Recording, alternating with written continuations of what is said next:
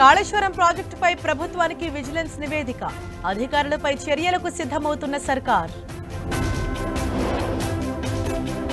ఈ నెల 11న కాళేశ్వరం కమిషన్ విచారణకు కేసీఆర్ గడువు కోరటంతో అంగీకరించిన చైర్మన్ పీసీ ఘోష్. ఇవాల్టి నుంచి తెలంగాణలో భూభారతి అమలు. ప్రజల వద్దకే రెవెన్యూ నినాదంతో సదస్సులు. ఇవాళ శ్రీశైలానికి సిడబ్ల్యూసీ బృందం. జలాశయం భద్రత, ఫ్లడ్ పూల్ సమస్యలపై అధ్యయనం.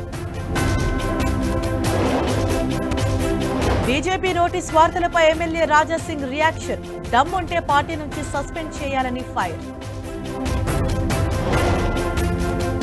ఢిల్లీలో ఐఆర్ఎస్ అమిత్ కుమార్ ఇంట్లో సీబీఐ సోదాలు. భారీగా బయటపడ్డ అవినీతి సొమ్ము.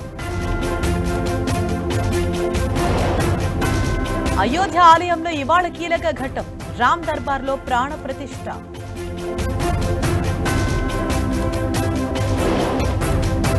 ఈశాన్య రాష్ట్రాల్లో వరద కష్టాలు. కొనసాగుతున్న రెస్క్యూ ఆపరేషన్.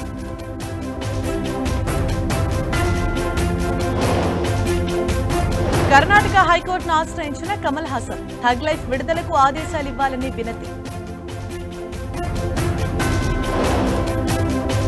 రష్యా యుక్రెయిన్ శాంతి చర్చలపై సస్పెన్స్.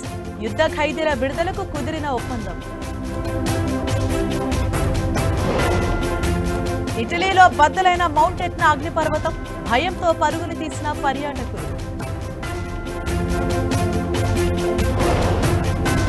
ఇవాళ ఐపీఎల్ ఫైనల్ ఫైట్. టైటిల్ కోసం పంజాబ్ ఆర్సీబీ ఢీ.